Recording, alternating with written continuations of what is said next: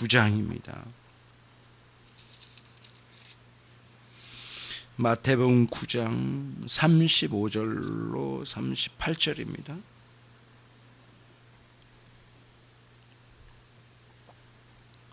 제가 먼저 읽습니다. 예수께서 모든 성과 촌에 두루 다니사 저희 회당에서 가르치시며 천국 복음을 전파하시며 모든 병과 모든 약한 것을 고치시니라.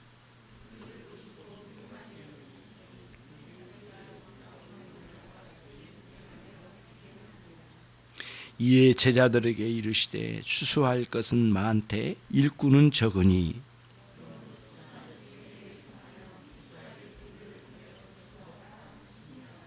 아멘. 오늘부터 여러 차례에 걸쳐서 신앙과 교회라고 하는 주제 아래 구체적으로 설교 말씀을 들을 수 있기를 바랍니다. 오늘날 교회의 가장 큰 난관은 교회 안에 세속의 사상이 들어온 것입니다. 그래서 교회 안에 성도들의 마음에 세속적인 욕망이 들끓게 하고 그리스도 앞에 십자가를 짊어지고 가라고 하는 말씀이 가볍게 여겨지고 물질과 그리고 자기의 소유와 그리고 권력을 소유하는 것을 이제는 십자가를 짊어진 것보다도 더 나아 보이게 만드는 그런 방식으로 교회가 세속화되어지는 방식으로 교회가 큰 난관에 처해 있습니다. 그로 말미암아 주어지는 목회자의 여러 타락상 그리고 교회 지도자들의 무너짐 그리고 그것을 동조하거나 또 항거하지 못하는 무능력한 교인들의 합세 그리고 거기서 발생되는 얻어낸 많은 재물과 권력을 가지고 세상을 향하여 휘두르면서 가슴을 내밀고 자랑스러워하는 무지몽매한 교인들이 오늘날 기독교에 채워져 가면서 교회는 그것을 기뻐하고 숫자가 많아진 것으로 흥분되고 교회는 그것이 자랑이 되고 이 세상에 마치 커다란 힘을 얻은 것처럼 교회가 몸집이 커졌지만은 아주 건강하지 못하고 몸집만 커진 이상한 가분수가 되어서 괴물처럼 움직이기가 시작되는 이런 이 교회의 세속화가 얼마나 무섭게 오늘날 교회를 무너뜨리고 있는지를 보게 됩니다. 고대에는 교회를 세상이 핍박하면서 교회를 사멸시키려고 도전했지만은 교회는 그리스도와 함께 그 모든 핍박을 감당하고 끝내는 더 많이 참된 신앙으로 성숙해져 가며 교회가 성장되었습니다. 그러면서 교회는 오히려 더 단단해졌고 세상을 대하여 진리를 더 높이 올렸고 가슴에는 넘쳐나는 은혜로 살았던 그런 시대가 있었습니다.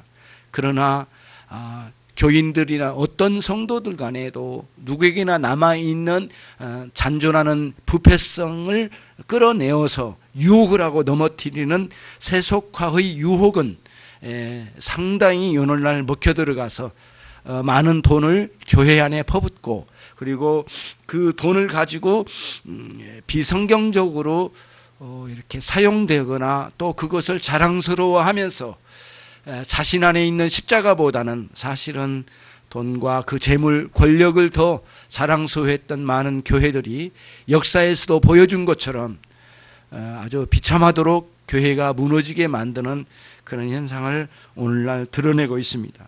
그래서 우리의 영적인 주적은 사탄이고 그리고 세상이고 또 우리 안에 있는 부패한 본성이지만 오히려 그 주적을 망각하고 그 주적이 감춰 숨어 들어오는 세속화를 받아들이면서 교회를 이렇게 만들어낸 거라고 생각됩니다.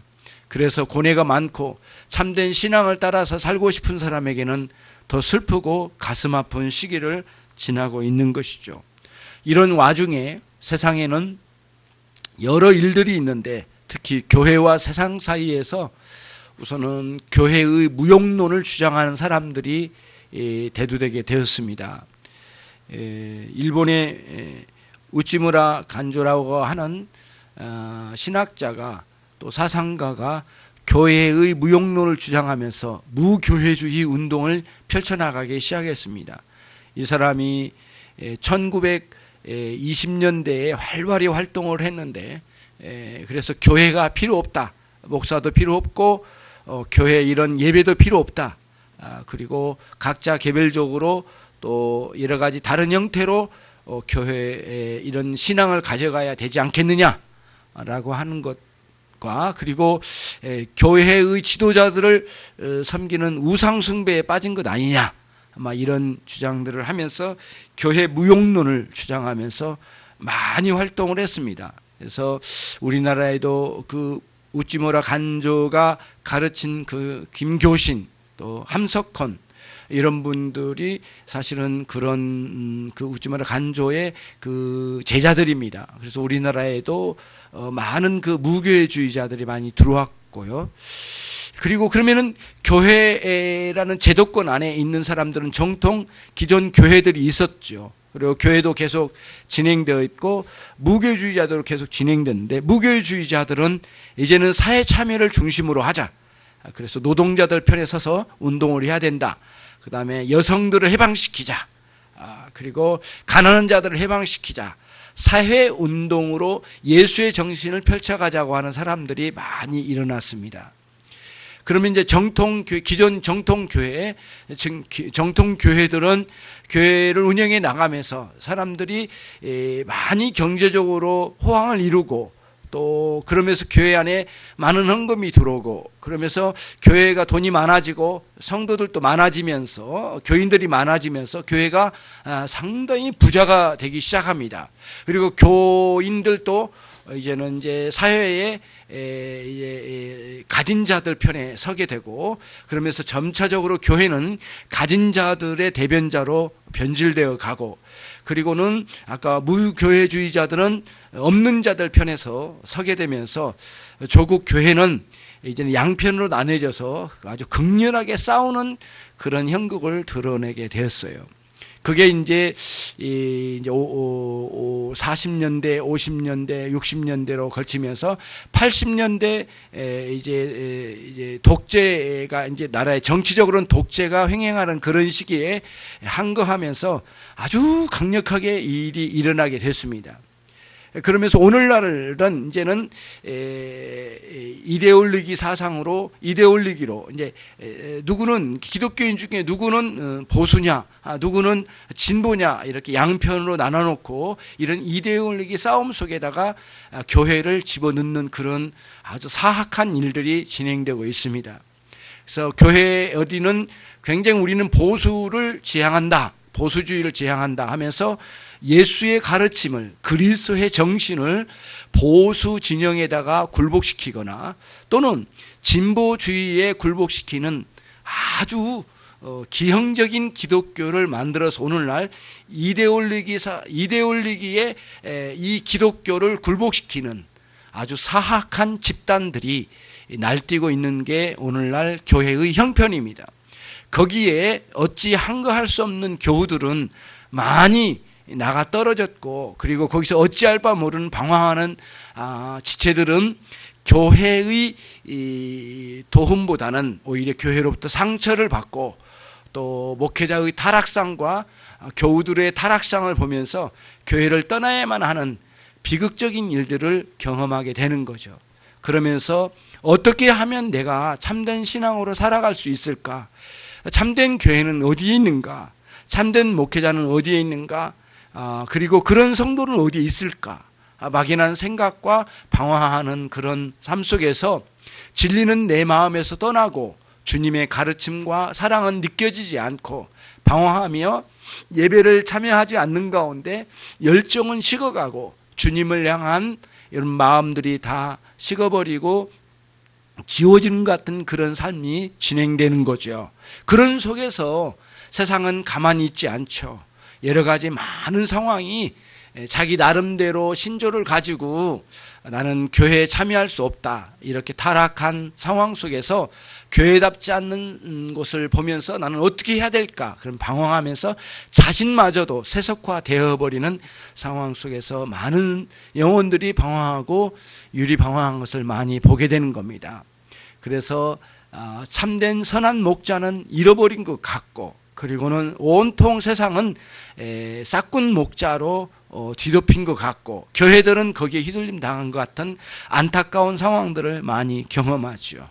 이런 상황들을 주님께서 보시고 어찌 생각하실까, 오늘 생각해 보는 겁니다. 이런 상황을 보시면서 너무 가슴이 아픈 거죠. 유대인들이 실제로 예수님 시대에 그런 이 시대와 별반 다르지 않는 모습이었습니다. 유대 나라가 망하고 많은 민족이 와서 여러 차례 걸쳐 번갈아 가면서 이 유대 나라를 점령했는데요. 아수르와 바벨론, 그리고 그리스, 로마 제국이 점령해 나가고, 때때로 또 이집트, 애굽에서 또 쳐들어와 점령해 가는 일들이 아주 자주 일어났습니다. 유대 나라는 거의 전쟁이 일어났다 하면은 유대 나라는 아주 발판이었으니까, 군인들의 군마들의 발판이었으니까 유대 나라는 처참하게 군인들이 짓밟히는 그런 나라가 되었죠. 시대가 바뀔 때마다 유대 나라는 짓밟혔고, 그 속에서 여호와의 신앙을 잃어버린 일이 참 많았고 비참해서, 그때마다 자신이 메시아라고 주장하면서 나왔던 사람들이 자주 있었습니다, 유대 나라에. 그래서 실제로 역사 속에 내가 메시아다라고 나와서 유대 나라를 휘둘린 적이 한두 번이 아니었습니다. 그리고 난 다음에 그리스도께서 오셨습니다.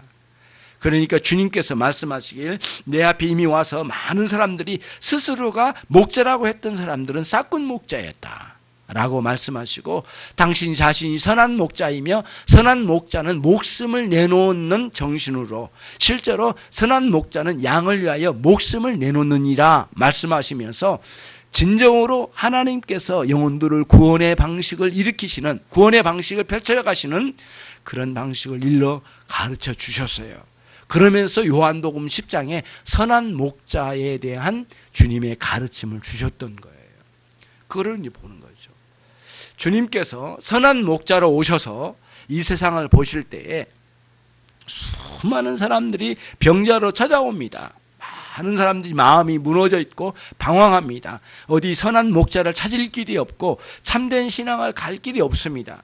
그래서 이제 그러니까 교회의 권력자들은 돈을 주고, 매관 매직 돈을 주고 그런 교회의 그 직을 이렇게 서로 주고 사는 그런 일들이 많이 일어나서, 예수님께서 오신 그 당시만 해도 이미 제사장들의 직은 대부분 어찌했냐면은 돈을 주고 사는 그런 아주 악한 일들이 아주 쉽게 대두되었습니다. 그래서 실제로 그 아론의 후예들로서 대제사장을 정통으로 이어받은 사람들이 아니라 로마의 권력에 돈을 내고 제사장직을 사서 거기에 권력에 비리붙어서 이런 싹군 목자로 수많은 영혼들을 혼란에 빠뜨리는 형국이었습니다. 그때 주님이 오신 겁니다. 주님이 오셔서 오늘 말씀처럼 여러 촌을 돌아다니시면서 주님께서 복음을 가르쳐 주셨습니다. 그리고 인생의 정당하고 올바른 길을 가르쳐 주시고 복음을 전파해 주셨습니다.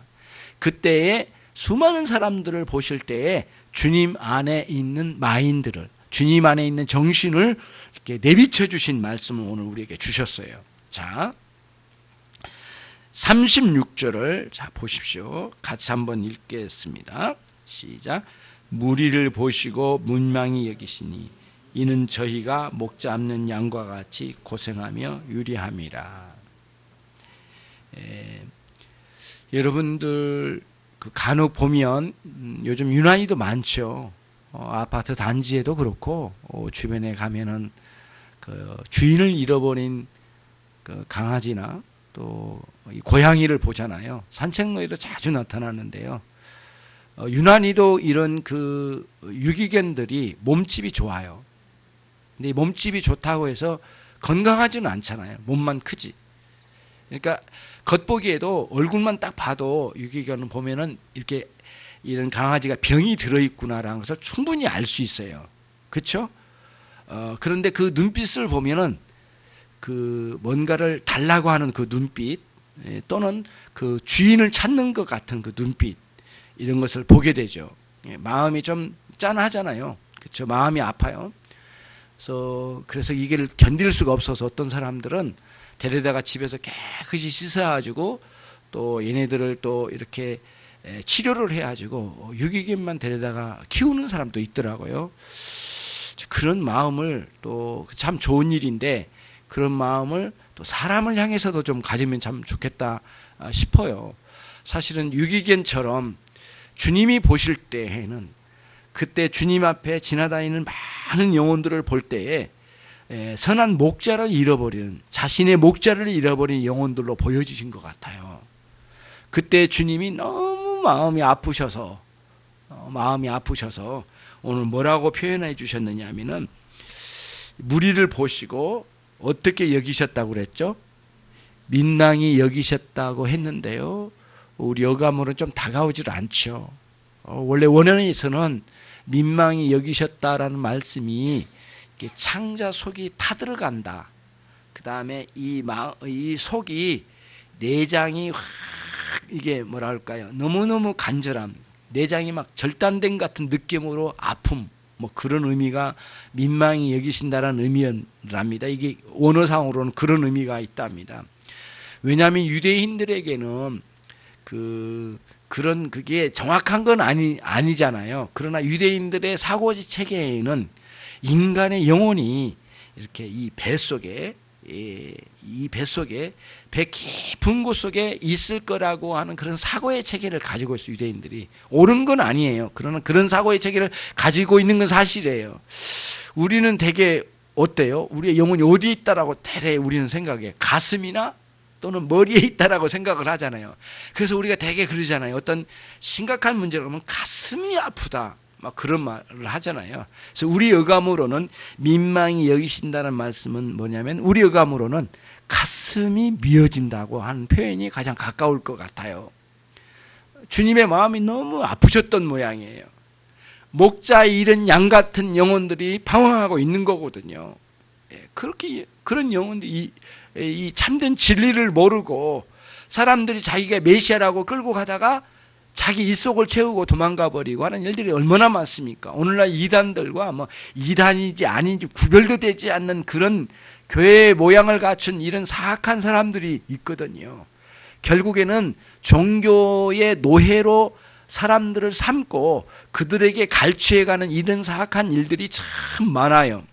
그래서 여러분 구별이 잘 안 된다고 말하지만 사실은 어느 정도만 교리적으로 파악을 하면 그들이 전하는 말씀이 뭐가 문제인지는 명확하게 드러납니다.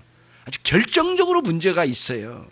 여러분 그런 의미에서 여러분들이 교리적으로 어느 정도는 파악을 하고 이렇게 가려낼 수 있는 그래서 영적인 감각을 가지고 구별해낼 수 있는 능력이 저와 여러분에게는 꼭 있어야 해요. 그러니 상당히 여러분들에게 책임이 있어요. 사람들은 그러거든요.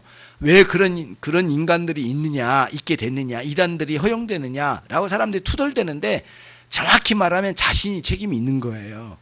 이단에 빠진 사람은 자신의 책임입니다. 1차적으로는 자신의 책임이에요. 왜냐하면은 그렇게 현혹하는 인간들은 그런 나쁜 인간들은 절대 책임질 사람들이 아니거든요.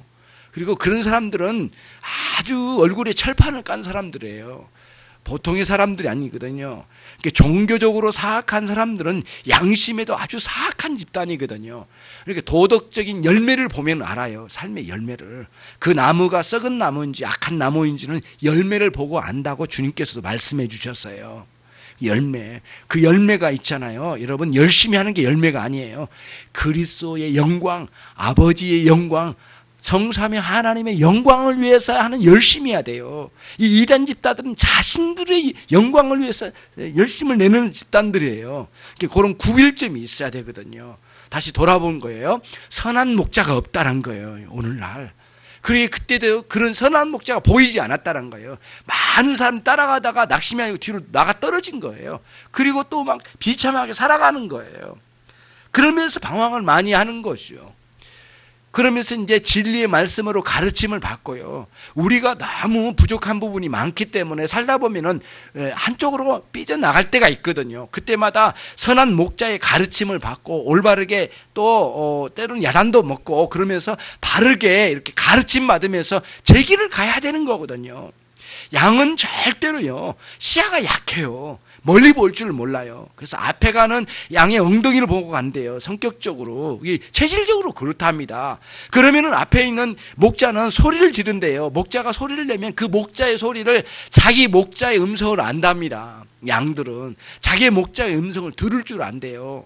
그래서 진리의 말씀을 들을 줄 아는 영적 감각이 필요해요. 단순히 느낌이 아니에요. 교리적으로 올바른 진리가 무엇인지 어느 정도는 이렇게 가닥을 잡아야 돼요. 그리고는 그 말씀이 뭔지 깊이 들어가 보는 거예요. 예, 그런 거거든요. 여러분, 진리 교리적으로 어느 정도는 딱 정리되고요, 영적 감각이 살아있어야 돼요. 촉이 있어야 되거든요.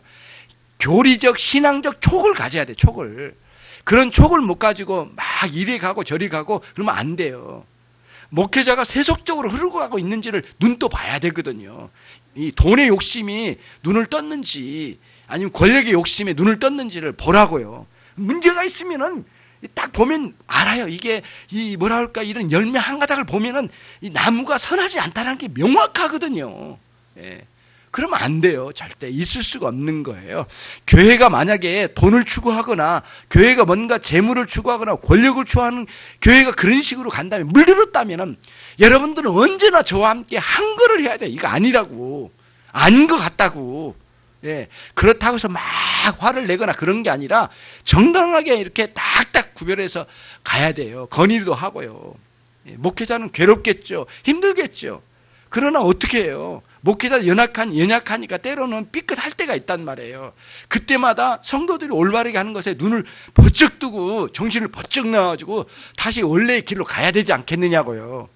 그러지 않겠느냐고요. 그냥 눈 감고 목회자 따라가면 안 된다는 거예요.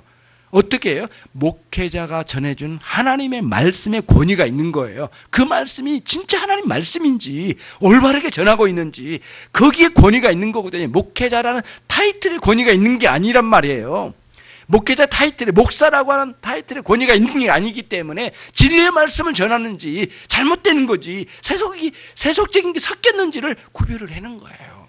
그래가지고 저와 여러분이 계속해서 진리를 따라서 올바른 길을 가고자 하는 열심을 갖는 거예요.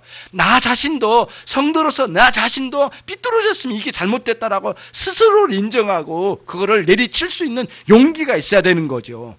그러면서 바르게 정당하게 열심히 경제 활동하면서 정당하게 주신 재물을 선하고 절제와 질서를 따라서 잘 활용하고, 그리고 사람들과의 관계를 잘 설정해 나가면서 이 진리의 길을 걷는 거예요, 같이.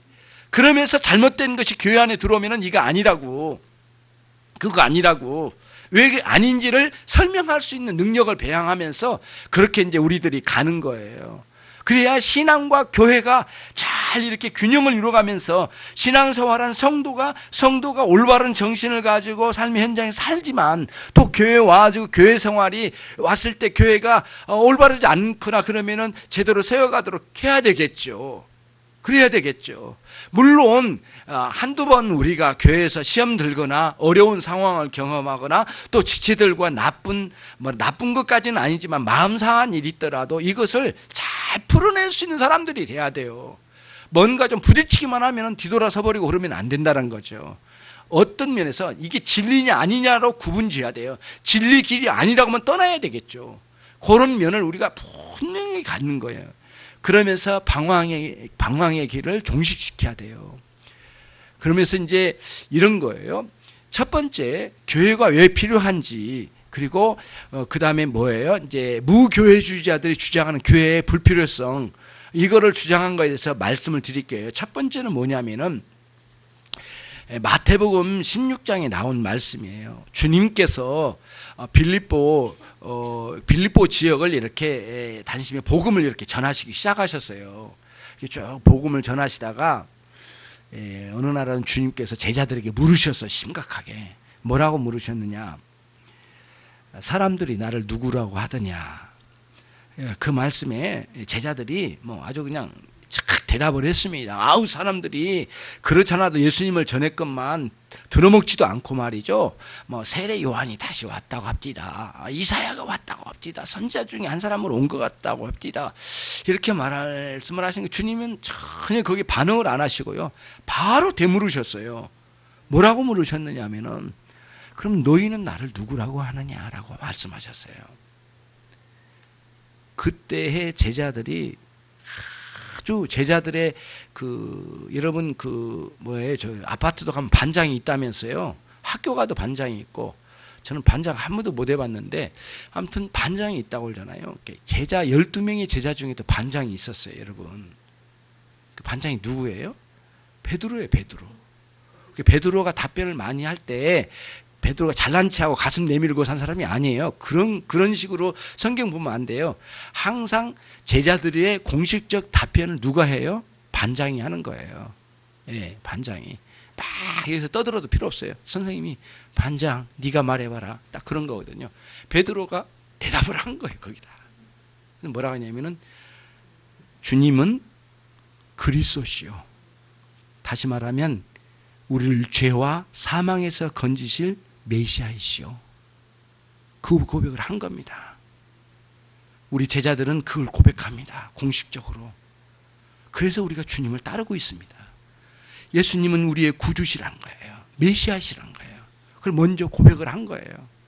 주님으로 말미암아 구원을 얻는 것을 이제 알게 되었습니다. 아주 중요한 고백을 해요. 그때 주님께서 말씀하셨어요. 너희의 대답이 옳도다. 그리고는 이 가르침은 혈육, 사람들의 가르침으로 오는 게 아니다. 이 가르침은 누구누구의 인간적으로 가르쳐서 오는 게 아니다. 어떻게 와요? 하나님께서, 하늘에 계신 아버지께서 성령을 보내주셔서 너희의 마음에 감동, 감화와 놀라운 믿음을 주셔서 너희에게 가르쳐 주신 거다. 참 좋은 대답을 하였도다. 칭찬을 해 주셨어요. 예수님께서 칭찬을 해 주셨거든요. 베드로는 몇 번에 걸쳐서 예수님께 야단 먹었거든요. 칼을 들고 말고의 귀를 자를 때, 베드로는 칼을 잘 쓰는 사람이라고 했잖아요. 수산업자예요. 칼을 잘 쓰는 사람이에요. 그러니까 아주 말고의 귀를 딱 잘랐단 말이에요. 주님께서 야단 치셨어요. 칼집에 집어 넣어라. 그럼 뭐라고 말씀하세요? 좀 그렇게 하지 말라고. 폭력으로 다스려갈 일이 아니라고 말씀해 주셨잖아요.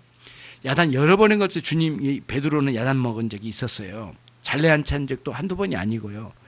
베드로는 이때의 대답은 주님께서 칭찬해 주셨어요.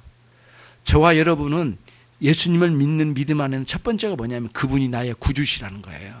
그 믿음이 있어요. 베드로의 믿음이 우리의 믿음하고 동일하죠. 이런 고백을 갖는 거예요. 하나님께서 우리에게 주신 믿음이에요. 그리고 난 다음에 이어서 뭐라고 말씀해요? 주님은 동시에 우리에게는 구주시지만은 하나님 아버지께는 아들이십니다. 이 고백이 기가 막히게 중요한 고백이었던 거예요. 주님께서는 뭐라고 말씀하면 그 다음에 내가 너희에게 이르노니 내가 이 반석 위에 내 교회를 세우리라. 이 반석 위에 교회를 세우리라. 아무리 외부의 세력이 있다 할지라도 이 교회를 누구도 무너뜨릴 수 없다는 거예요. 그래서 교회의 기원은 누구예요? 예수님이셔요. 교회의 기원은 하나님이셔요. 구약에는 교회가 없었느냐? 구약에도 교회가 있었어요. 구약의 모든 하나님의 사람들의 모임 자체가 교회예요, 교회. 그러나 주님이 당신 자신이 교회를 세우시는 것을 직접 선언하심으로 구약의 교회와 신약의 교회가 예수 그리스도로 말미암아 성삼위 하나님으로 말미암아 교회가 세워졌다는 것을 말씀해 주신 거예요. 그러니까 교회의 무용론을 주장하는 무교회주의자들의 주장은 예수 그리스도께서 하나님께서 세우신 교회를 향한 잘못된 생각을 가졌기 때문에 그런 거예요. 주님이 세우신 교회예요. 교회가 잘못됐다고 무조건 떠나버리면 안 된다는 거예요. 그 교회가 바르게 되도록 끊임없이 주님 앞에 구하고 세워가고 목회자가 정신을 차리고 성도가 협력하고 같이 가는 거예요. 교회의 타락은 목회자와 성도가 협력해서 이룬 거예요. 같이 이룬 거예요. 이거는 용납하면 안 돼요. 목회자 타락은 성도가 용납하면 안 되는 거예요. 눈을 부릅뜨고 봐야 돼요. 이 표현이 별로 안 좋지만은 살쾡이 같은 눈으로 봐야 되는 거예요. 전혀 이게 감시를 해야 되는 거예요. 이런 면이 있어요, 여러분. 예. 그런 면이 있다는 거예요. 다는 아니지만, 전부는 아닐지라도 존경하는 마음도 있지만은 살쾡이 같은 눈으로 꿰뚫어 봐야 돼요. 뭔가 잘못된 부분은 말할 수 있고, 그렇게 또 언로를 열어놓고 함께 해가지고 가야 되거든요. 그게 굉장히 중요해요. 묻지마라 간조가 자기도 삶을 살다 보니까 교회 가봤더니 타락이 보통 타락이 아닌 거예요. 목회자가 아주 문제없는 목회자가 김교신이라는 분이 그런 글을 썼더라고요. 자기가 교회를 갔는데 그렇게 존경하는 목사님을 따라서 교회를 갔답니다. 그런데 장로들과 교우들이 권력 싸움에 휘둘려가지고 목회자를 어느 날 아주 강제로 끌어내야지 교회에서 쫓아내버렸대요. 목회자가 그토록 헌신하고 아름답게 주님을 섬기고 말씀을 제대로 섬겼는데, 그래서 그 김교신이라는 사람이 너무 충격을 많이 먹었어요. 이 세상에 이 교회 안에 이렇게 악한 인간들이 있구나. 교회는 더럽구나. 교회는 진짜 어떻게 된가. 나는 그런 교회를 찾을 수 있을까. 방황을 한 거예요. 그때 묻지마라 간조를 만난 거예요. 무교회주의자거든요. 대단한 신앙의 사람이고, 이 사람도 대단한 사상을 가진 사람인데, 대단한 가르침이 있는 사람인데, 교회만은 필요 없다. 기존 교회는 다 필요 없다. 이렇게 갔던 거예요. 근데 아무리 대단한 사람, 세상은 대단하 할지라도 우리는 그리스도의 가르침을 따라서 우리가 교회에 참여하고 교회에 오게 되는 거거든요.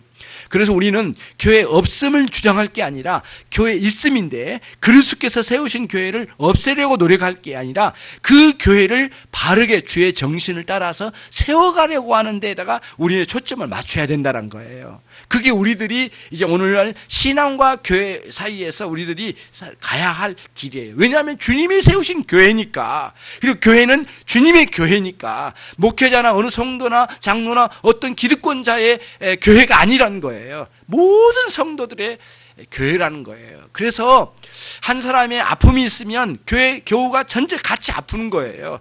한 사람이 슬프면 같이 슬퍼하는 거예요. 그럴 수밖에 없어. 서로 연대되어 있고 연결되어 있거든요. 예.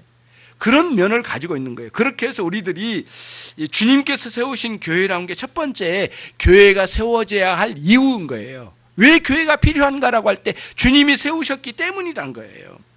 그러면서 주님이 세우셨기 때문이라고 했는데, 그 속에는 주님의 정신으로 우리가 그만큼 또 주님의 정신으로 교회를 섬겨가야 되겠죠. 주님의 마인드로. 그래서 이 세상을 한번 돌아보자고요. 얼마나 많은 사람들이 방황하고 있습니까? 여러분, 요한복음 10장을 보시면 여러분 충격적인 게 하나 있어요. 뭐냐면은 요한복음 10장은 선한 목자장이거든요. 거기에 보면은 양떼, 예수님의 양떼, 다시 말하면 교회의 성도들을 향한 말씀이 많이 나와요. 그러다가 쭉 하다가 갑자기 16절에서 확 바뀌어요. 그 바뀐 내용이 뭔 줄 아세요? 그 15절까지는 계속해서 교회 안에 있는 성도들을 향해서 말씀해 주신 것 같아요. 그림 언어가. 근데 16절로 가서 딱 바뀌어요. 바뀐 게 뭐냐면은 아주 갑자기 제자들에게 말씀하세요. 아직 이 우리 안에 들어오지 못한, 양떼 우리잖아요. 양떼 우리 안에 들어오지 못한 양들이 있대요. 무슨 말씀이에요? 아직 거듭나 예수님 품 안에 들어오지 못한 사람들이 있대요. 어디에요? 교회 밖에 있다라는 거예요. 아직 들어오지 못한 나의 양떼가 저 밖에 있다. 이렇게 말씀하신 거예요. 15절까지는 계속해서 교회 안에 들어와 있는 성도에 대한 관심을 두고 말씀하시더니 갑자기 교회 밖에 있는 영혼들을 말하는 거예요. 너무 많은 사람들이 지금 방황하고 있다는 거예요. 그들은 거듭나야 되겠고 그 복음을 들어야 되겠고 성령께서 역사하셔 그들을 변화시킬 텐데 너희들은 나가서 복음을 전하라는 거예요. 들어오면 가르치라는 거예요. 그러면서 그들이 회복되어야 된다는 거예요. 이런 사상은 굉장히 중요한 면을 가지고 있어요, 여러분. 여러분 아까 그 말씀에도 본문 말씀에도 그런 본문이 이제 있잖아요. 주님께서 보시면 15절에 35절에 보시면 모든 성과 촌에 두루 다니사 여러 곳을 이렇게 방문하여 다니셨는가 봐요. 오늘날로 말하면 목회자의 신방과 같은 거예요. 그리고 그들 가시고 그 다음에 회당, 여기저기 회당이 지어져 있거든요. 당시 회당은 누구나 와서 말씀을 들을 수 있고 함께 할 수 있는데 거기에 나가서 말씀을 깊이 있게 가르쳐 주셨어요. 주님의 가르침 중에 길거리에서 가르치시거나 또는 병자를 치료하신 장면에서는 말씀을 깊이 있게 가르치기보다는 회당에 모였을 때는 아주 깊이 있게 말씀을 가르쳐 주셨어요. 긴 말씀도 주셨고요. 그러면서 거기서마다 가르치시고 천국 복음을 저들에게 전파해 주셨어요. 다시 말씀이 뭐냐면은 성도는, 거듭난 신자는 그리스도의 가르침을 받아야 돼요. 그 목회자가 그리스도의 가르침이 아니라 자기 사상을 가르치거나 그러면은 문제가 되는 거예요. 그러니까 오늘날 보수주의의 가르침을 가르치거나 진보주의의 가르침을 가르친 목회자는 틀렸어요.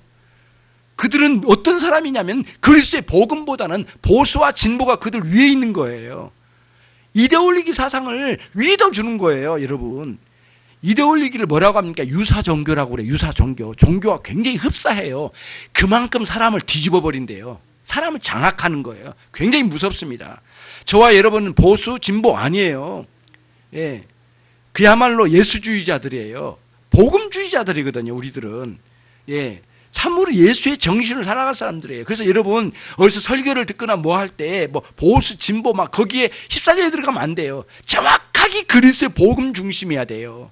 개혁신앙이 돼야 되거든요. 예. 종교개혁 정신을 갖는 거예요. 여러분, 개혁신앙은 다른 게 아니에요. 날마다 자기 자신이 개혁되어지는 정신을 갖는 거래요. 예. 남들을 개혁시키려고 하지 말고 자신이 개혁되어져야 돼요. 다른 교회 말고 우리 교회가 개혁되어져야 되죠. 예. 다른 목사가 아니라 우리 교회 목사가 개혁되어져야 되죠. 개혁 바뀌어야 되거든요. 끊임없이 갱신되어져야 돼요. 내가 신앙생활 잘하고 있는지, 올바르게 순종하고 있는지, 제 길을 걷고 있는지, 내가 요즘 제대로 정신을 가지고 하나님을 찾아가고 있는지 말이죠. 갱신시켜야 돼요. 여러분은 예배에 들어온 것만으로 만족할 수 없어야 돼요. 여러분 교회 주일날 예배 드리는 거 만족하면 여러분 큰일 납니다.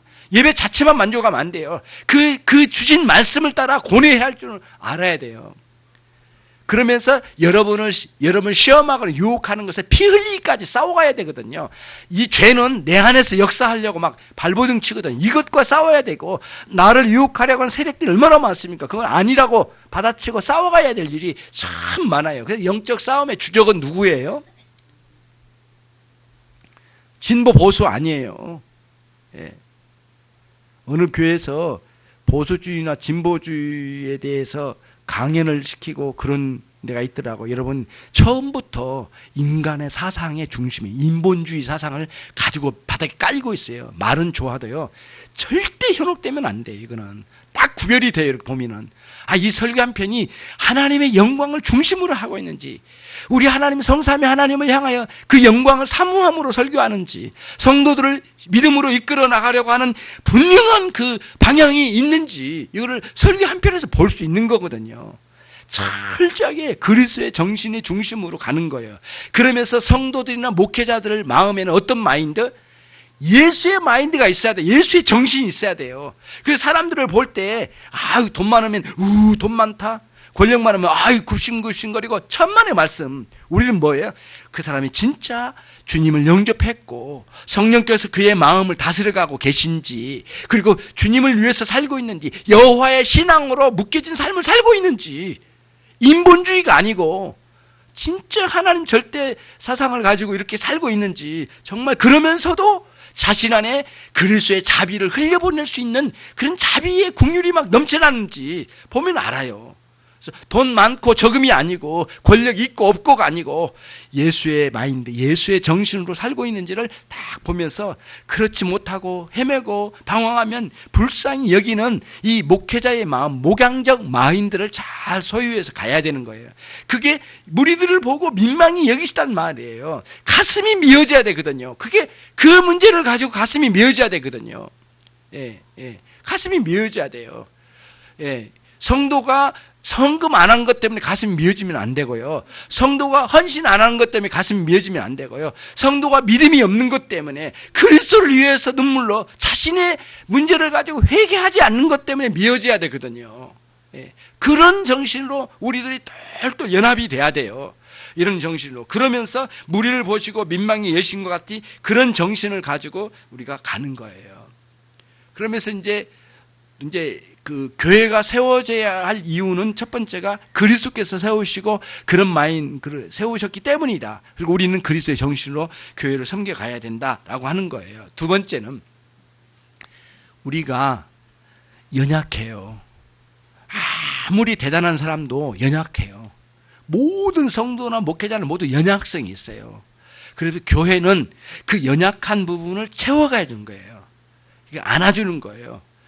그래서 고대로부터 교회를 뭐라고 했느냐면 하나님은 아버지로 섬기는 모든 성도들은 교회를 어머니로 여길 줄 아는 사람이 돼야 된다. 그럼 어머니는 뭐예요? 어머니는 어떤 곳이에요? 그런 어머니가 아닌 어머니도 있어요, 사실은. 그렇지만은 일반적으로 어머니는 뭐예요? 나를 모두 내 모든 결점과 내 아픔을 다 품어주는 곳이에요, 어머니. 어머니 품은 그렇잖아요. 예. 어머니 품. 예. 50 후반을 살고 있는 저도 지금도 어머니 품이 그리워요, 때로는. 그냥 어머니 품에 그냥 기대고 싶은 마음. 그런 게 있잖아요. 예. 그러니까 여러분, 신앙적으로 교회는 어머니 품같이 느껴져야 돼요. 그러지 않을 때가 있어요. 이번 주에 목사님에게 혼났어. 근데 어머니 품은 무슨 어머니 품이야. 목사님 왜 이러신데? 어디서 스트레스 받아가지고 나한테 다 푸신 거야? 막 그런 생각도 들고요. 막 그런 생각이 들잖아요. 목사님 왜 이렇게 나만 공격하셔? 막 그래서 뭐가 내가 잘못된 게 있나? 누구한테 잘못 정보를 얻으셨나? 목사님 왜 이래? 그렇게만 여기면 안 돼. 거기서 무너지지 말고 잘 생각해보고 실제로 잘못된 건 인정하되 목사님 잘못 그렇게 했다면 그거에 대해서 이야기를 하시고 풀어내야 되겠죠. 목회자도 잘못 볼 수도 있고요. 또 목사님은 최선을 다해서 참 목사가 또 그때마다 막 지적해버리면 안 되잖아요. 목사님의 그 직업병 중에 하나가 그거에 지적질. 이렇게 딱 지적하는 거예요. 그렇게 하면 안 돼! 이렇게. 어디 가서 선생질 하려고 하는 거예요. 이게 굉장히 약점이에요, 사실은. 예, 목회자의 약점이에요. 어디 가서 말을 좀 줄이려고 하는데 지금도 말이 많네. 이게 말을 줄이려고 하는데 잘 안 돼. 쉽지 않죠. 그러나 목사님에게는 또 교회 안에 상처받는 그런 문제에서 어머니 품 같은 느낌을 잘 가져가는데 그 상황으로 만들어내야 돼요. 그래서 여러분도 스스로가 여러분 혹시 주변에 이제 성도들 간에 실수하거나 어떤 상황이 올 때마다 그냥 엄청난 정의의 사도가 돼가지고 막 뭐 이렇게 지적하거나 그러기보다는 물론 이제 교회 질서가 있어요. 불러다가 그건 아닌 것 같아. 이렇게 하면 어떨까? 이렇게 하면서 타일러 보고 또 안 되면 또 한 번 하고 여러 차례 그렇게 해보고 너무 안 되면은 또 교회가 또 중직되신 분들이 또 가서 또 타이르고 이렇게 해서 끝까지 빗나간 길을 가버리겠다. 고집해버리면 이제 어쩔 수 없는 거죠. 교회도 어쩔 수 없는 건지만은 최선을 다해서 우리는 교회는 어머니 품이 돼야 되는 거죠. 위로가 있고 기쁨이 있고 여러분들이 그래서 어머니 품에서 눈물을 많이 흘려야 돼요. 연약한 모습을 보이라 그 뜻이 아니에요. 예, 뭐예요? 어머니 품 안에서 잘못된 것을 늘 뉘우치면서 새롭게 그리고 용기를 얻어서 가는 거예요. 활발하게 가는 거예요. 예, 여러분 그러면서 용기를 얻어서 가는 거 아니겠어요? 강아지도요 예뻐해주면요 힘이 나죠. 막 날뛰어요. 막 정신없어요. 한 1분만 예뻐해줘 보세요. 한번 품어주고 이렇게 끌어안아주고 따뜻거려 보세요. 막 길이길이 뛰어다니면서 지가 이 집의 주인이 돼버린 거예요. 그러잖아요. 용기가 있는 거예요. 예. 우리는 강아지는 아니지만은 교회 안에 와가지고 크게 신앙적으로 용기를 얻으신 여러분 되시길 바랍니다. 힘을 얻고 그리고 좌절한 것을 가지고 끌고 와서 교회 안에서 마음껏 토로하고 우리의 연약함을 크게 품어주는 교회의 역할을 잘 감당하시고 우리 교사들도 마찬가지예요. 우리 아이들을 잘 양육하고 있는 여러분들 학교 다니면 다 똑같이 100점 맞고 똑같이 1등 한 것도 아니거든요. 때로는 선생님한테 꿀밤도 맞고 애들한테 멸시도 당하고 뭐 하다 보면은 또 안 되는 것도 많고 그래요. 예.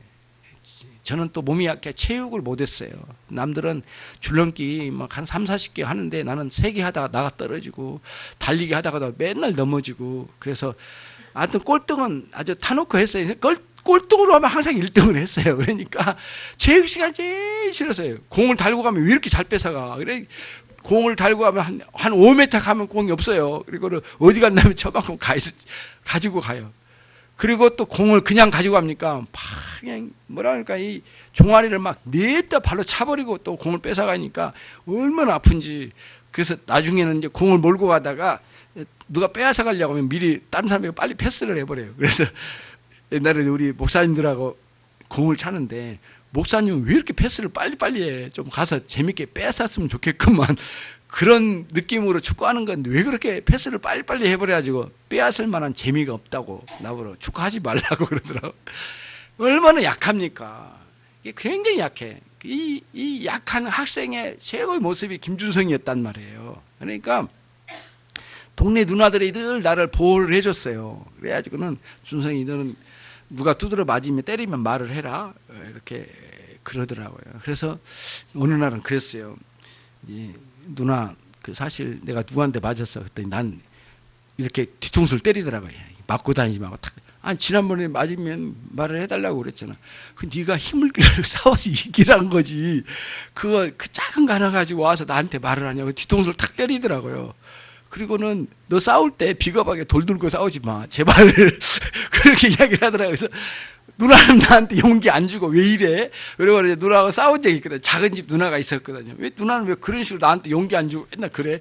뭐 한 번 싸운 적이 있었어요. 이게 약해요. 근데 교회 안에 이제 주일 학생들이 오면 용기를 불어넣으시고요. 어떤 상황인지 다 모르지만은 와서 좀 안아주고 바르게 좀 가르쳐주면서 이렇게 인도를 해야 되지 않겠습니까? 교사들이 필요해요. 마찬가지입니다. 교우들이 때로는 나는 좀 열심히 살지만 어떤 분은 넘어져 있는 상황이 있고 굉장히 연약한 가운데 있거든요. 사업을 하다 실패하거나 또 그것까지는 아니더라도 많은 상황, 사람 관계도 깨어지고 실망한 게 한두 가지가 아니거든요. 상처 입고 유혹을 받기도 하고요. 그런 일들이 얼마든지 있을 수 있단 말이에요. 그래서 교회는 어머니 품과 같은데 어머니는 단순히 그냥 품어주기만 하진 않아요. 옳고 그름을 명확하게 가르쳐 주잖아요. 어머니 막 잘못된 거 엄청나게 야단치면서 밥상에서 밥도 못 먹게 만들잖아요. 막 먹다가도 이게 진짜 집에서 먹는 밥인지 알 수 없을 정도로 야단 먹은 적이 많은데 어머니는 그런 어머니잖아요. 아주 품어주지만은 옳고 그름은 정확해야 돼요. 어머니가 잘못된 거 감싸주거나 그러면 안 되죠. 연약함이에요. 교회가 있어야 될 필요성은 모든 신자는 연약함이 있어요. 반드시 그리스도의 품을 느낄 수 있는 교회가 돼야 되겠어요. 마지막으로 세 번째 교회의 필요성이 있습니다. 이건 뭐냐면은 올바른 예배를 보여주면서 동시에 뭐냐면은 사람들에게 그리스도를 전해주는 전파의 기관이에요. 복음 전도의 기관으로 서야 돼요. 예, 신적 기관이죠. 사람이 만들어낸 곳이 아니잖아요. 민방위 훈련소가 아니잖아요. 반드시 그런 정신이 신적 기관이에요. 하나님이 인도하신 교회다. 그리고는 그 신적 기관으로서 복음을 세상에 전달하는 그런 자로 여기 있다란 거예요. 그러면서 잘 들어오면 가르치고 나가면 복음 전파하고 가르침과 복음 전파가 주님이 하신 일이라고 아까 말씀이 드렸잖아요. 그 오늘 본문에도 그게 나왔었잖아요. 두루 다니면서 복음도 전파하지만 회당에서는 어떻게 말씀을 가르쳤대요. 교회는 이 가르침의 기능, 전파의 기능, 그 다음에 엄마처럼 품어주는 교회, 이런 세 가지 역할을 잘 감당하면서 우리들이 성숙되어져야 돼요. 예. 엄마가 30, 50이 되었는데 늘 품에다 품어주기만 하고 있으면 어떻게 되겠느냐고요. 적당한 때는 훈련도 시키고 파송도 하고 열심히 살기도 하고 그 다음에 분가도 해서 정당하게 이 땅에 살아가야 되지 않겠습니까? 교회의 필요성입니다. 신앙생활을 할 때 그냥 아무렇게나 막 내 마음대로 하는 게 아니에요. 가다 보면 왜곡될 수가 있고요. 살다 보면은 삐뚤어지게 신앙생활을 할 때가 있어요. 그때마다 교회는 바르게 세워줘야 되겠죠. 오늘날 교회는 교회 자체가 흔들려. 이리 갔다 저리 갔다 해. 예. 오만 잡동생이 프로그램을 다 갖다 끼워 넣어요. 그 목회자가 굉장히 잘못된 거라고 생각해요. 기독교의 프로그램 무적이 많거든요. 수백 개가 됩니다. 유명한 프로그램 많아요. 예, 그거를 1년에 6개월에 한 번씩 돌려가면서 바꿔치기 하면서 프로그램을 장착시킨답니다. 정신이 없어요. 교우들이, 성도들이. 어떻게 해야 될지 몰라. 예. 그리고 지난번 프로그램, 이번 프로그램이 잘 안 맞아. 그래가지고 이상해. 예. 한쪽에는 장화 신고 한쪽에는 운동화 신었어. 엉망진창이 된 거예요. 성도들이 올바른 길을 제대로 못 가는 거예요. 가치관이 정립이 안 되는 거거든요. 그때마다 감정적 날뛰임을 요구하는 거예요. 그게 교회냐고요. 교회 길이냐고요. 여러분들 이거 분별해 내야 되거든요. 그냥 막 열정을 가지고 길이길이 날뛰면서 그냥 막 헌신을 유도하고 헌금 유도하고 뭐 이렇게 해가지고 이 종교 생활의 만족을 거기서 누리게 만들고요. 그러면 이게 신앙이 아닌 거예요. 그래서 그러면서 우리가 뭐냐면은 신앙적 가치관이 잘 정립이 안 되고 우리의 신앙의 철학이 잘 안 세워진 거예요. 올바른 기독교관이 안 세워지고 판단력이 흐려진 거죠. 그러니까 교회들이 막 휘둘림 당해요. 엄청나게 문제가 되는 거예요. 그리고 목사님 왜 이러셔? 막 이러면서 이제 상처가 막 본물처럼 밀려오기 시작하는 거죠. 우리는 이제 담대하게 이런 교회에 대한 분별력이나 말씀에 대한 분별력이나 교회 운영, 그다음에 목회 방침에 대한 분별력도 갖춰야 돼요. 그렇지 않으면 이게 제대로 갈 수가 없으니까. 그러면서 주님이 가라신 그 길을 잘 가는 거예요. 그러면서 교회에만 익숙해진 사람이 아니라 세상에서도 훌륭하게 가치관을 가지면 나를 어디다 던져놔도 잘 살아갈 수가 있는 거예요. 교회에서만 잘 살면 안 돼요. 교회만 많이 나오면 안 돼요. 세상에서도 솔직히 시간은 세상에 많이 있는 거거든요. 거기서 어떻게 할지 모르니까 그냥 교회만 많이 나오면 안 돼요. 그렇다고 해서 금요기도 안 나오면 안 되고요. 열심히 나오되 교회만 열심히 나와버리면 안 되고 밖에 있는 시간이 더 많아요. 실제로 거기에서도 어떻게 해야 할지를 알아야 되는 거거든요. 열심히 여러분들 사시면서 친지와 가족과 내 주변에 있는 많은 사람들 관계된 모든 일들을 잘 풀어갈 수 있는 그런 사람들이 여러분 모두 되시기를 바랍니다. 참된 신앙에는 교회가 필요합니다. 그리고 교회는 제대로 된 정신을 가지고 가야 됩니다. 그리스도의 정신을 가지고 이 교회는 그리스도께서 세우신 교회라고 하는 그런 신적 기원을 먼저 잘 염두에 두고 그 다음에 우리 주님께서 가지신 그 마인드, 주님의 마인드, 예수의 마인드를 가지고 이 목양 마인드를 가지고 세상을 보고 교우들을 볼 수 있는 정신을 가져야 된다. 그럼에도 불구하고 우리는 연약하다. 그래서 어머니 품과 같은 그런 교회로 자리매김이 돼야 된다. 방향을 그대로 가야 된다. 완전하지는 않지만 여전히 지금도 그 어머니 품과 같이 계속해서 그 방향으로 가야 되는 거예요. 그리고 나서 복음 전파와 가르침이 계속적으로 안팎으로 이루어져야 된다. 그럴 때 이 교회가 건강에 이루어진다는 거예요. 그러면서 세상에 있는 이데올로기 사상, 이런 이데올로기 같은 거, 이런 그 보수 진보 이런 식으로 거기에 놀아나지 말고 우리는 구별을 할 줄은 알아요. 그러나 그것이 우리 복음 위에 올라가 있으면 안 돼. 절대 용납해서는 안 돼. 그러면서도 결국에는 우리들이 복음의 큰 정신을 가지고 이런 모든 상황을 구별을 할 줄 아면서 어디 가서 나는 보수주의를 지지해. 나는 이렇게 진보주의를 지지해. 이렇게 막 말하기보다는 옳고 그름의 균형을 이루어 가시는 여러분이 꼭 되시길 바랍니다. 극단으로 가면 안 되고요. 철저하게 주님의 사람으로 아름답게 이 땅에서 완전하지 않는 우리들이 이 교회에서 주님의 말씀을 따라 충성을 다하며 주님 앞에 나가는 여러분이 삶이 되기를 주님의 이름으로 축원합니다. 기도하겠습니다. 하나님의 품과 같은 교회에서 주님의 말씀을 듣고 유아 시절의 신앙과 어린아이의 시절의 신앙을 지나서 또 하나님 아버지 훈련받으면서 오늘 또 매진해 나갑니다. 주님, 저희들에게 믿음의 목표를 정확하게 설정하고 그리스도의 분량까지 하나님 늘 성숙되어져 가는 저희 모두가 되기를 원합니다. 주님과 함께 동행하는 믿음의 생활이요, 또 주님께서 세워주신 신적 기관인 교회를 통해서 유익을 얻으며 바른 정신을 가지고 섬겨가는 당신의 종들이 되게 해 주시옵소서. 진리의 말씀을 통해 열심을 다하여 주님께 충성하되 하나님 아름답게 주의 영광을 위한 열매들이 모두 되게 해 주시옵소서. 주님의 저희들에게 한없는 은혜를 내려주시옵기를 간절히 소원하옵고 예수 그리스도의 이름으로 기도 올리옵나이다. 아멘.